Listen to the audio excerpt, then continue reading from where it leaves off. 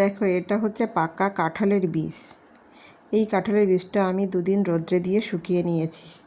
এখন এই উপরের খোসাটা ছাড়িয়ে নেব। দেখো, এইভাবে করে ছাড়িয়ে সমস্ত খোসাগুলো ছাড়িয়ে নিয়ে তারপরে হচ্ছে তোমার প্রেশার কুকারের ভেতরে দিয়ে ভালো করে পরিষ্কার করে ধুয়ে প্রেশার কুকারে 8টা সিটি মেরে রেখেছি। এই যে ঠান্ডা হয়ে জল ছড়িয়ে ঠান্ডা করে রেখেছি। এবার আমি একটা পাত্রে নিয়ে এটাকে হাত দিয়ে ভালো করে চটকে নেব।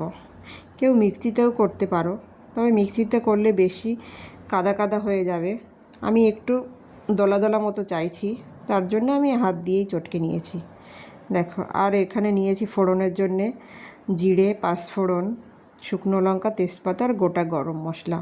আর এখানে আমি রেখেছি একটুখানি কাঁচা পাকা লঙ্কা পেস্ট, টমেটো আর হচ্ছে রসুন কুচি আর হচ্ছে পেঁয়াজ কুচি। দেখো, কড়াইতে আমি সরিষার তেল দিয়ে দিয়েছিলাম। তেলটা আমার গরম হয়ে গেছে। তার ভেতরে আমি পাঁচফোড়ন আর জিরেটা দিয়ে দিলাম।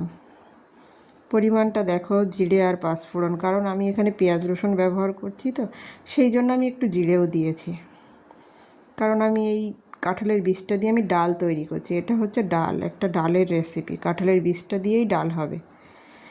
দেখো, আমার পাঁচফোড়নটা ফোড়ন হয়ে গেছে। তারপরে আমি দিয়ে দিলাম শুকনো লঙ্কা, তেজপাতা আর হচ্ছে গোটা গরম মশলা। এটাও একটু ভাজি ভাজি হলে তার ভেতর আমি দিয়ে দেব হচ্ছে রসুন কুচি। যে রসুনটা কুচি করে রেখেছিলাম সেটা দিয়ে দিচ্ছি। তারপরে দিয়ে দেবো হচ্ছে পেঁয়াজ কুচি। পেঁয়াজটা সব দেয়া হয়ে গেলে আমি পেঁয়াজ, রসুন, তারপরে পাঁচফোড়ন, শুকনো লঙ্কা, তেজপাতা, গোটা গরম মশলা সমেত একটু ভালো করে হালকা ভেজে নেব। দেখো, একটু হালকা হালকা ভেজে নেব, যাতে বেশি লাল লাল না করলেও হবে। তার ভেতরে দিয়ে দেবো আমি হচ্ছে টমেটো কুচি। এটা খোসা ছাড়িয়ে রাখা টমেটো। আমি যে কোনো টমেটোই ব্যবহার করি না কেন, কাঁচা হোক পাকা হোক, আমি টমেটোর খোসাটা আমি ফেলে দিই। এরকম আলুর খোসাটা ফেলে দেয়, আমিও টমেটোর খোসাটা ফেলে দিয়েই রান্না করি। তারপরে দেখো, আমি দিয়ে দিলাম কাঁচা বা পাকা যে লঙ্কা, কাঁচা আর পাকা যে লঙ্কাটা এখানে পেস্ট করে রেখেছিলাম সেটাই দিয়ে দিলাম পরিমাণ মতো। এবার এই মশলাটা ভালো করে আমি কষিয়ে নেব। তারপরে দিয়ে দিচ্ছি একটুখানি লবণ আর একটুখানি হলুদ দেব। লবণ আর হলুদ দিয়ে মশলাটা আমি ভালো করে কষিয়ে নেব। সব মশলা দেখো আমার ভালোভাবে কষানো হয়ে গেছে। মশলাটা থেকে তেলও ছেড়ে দিয়েছে, দেখেছো। এরপরে আমি দিয়ে দিচ্ছি একটুখানি গরম মশলার গুঁড়ি, কারণ আমি গরম মশলাটা আগে দিয়ে দিচ্ছি। আর দিলাম হচ্ছে কালারের লঙ্কা, এটা কাশ্মীরি লঙ্কার গুঁড়ি। গরম মশলাটা আমি যেহেতু আগে ব্যবহার করি, এটা আগে দিলে তাহলে যারা সাধারণত গরম মশলা খেতে পারে না তাদের অসুবিধা হবে না। দেখো, মশলাটা কষানোর জন্য আমি একটু জল দিয়ে দিয়েছি। তুমি যে কোনো রান্নাতে যদি গরম মশলাটা আগে ব্যবহার করো, রান্নাটার ভেতরে টেস্ট আসবে, কিন্তু গরম মশলা খেলে যে একটা গ্যাস হয় সেটা হবে না।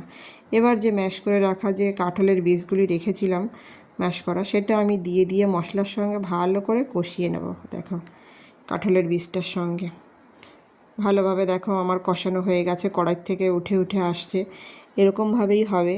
তারপরে দেখো, আমি অন্য একটা পাত্রে গরম জল বসিয়েছিলাম, সেখান থেকে আমি এখানে গরম জল দিয়ে দিচ্ছি।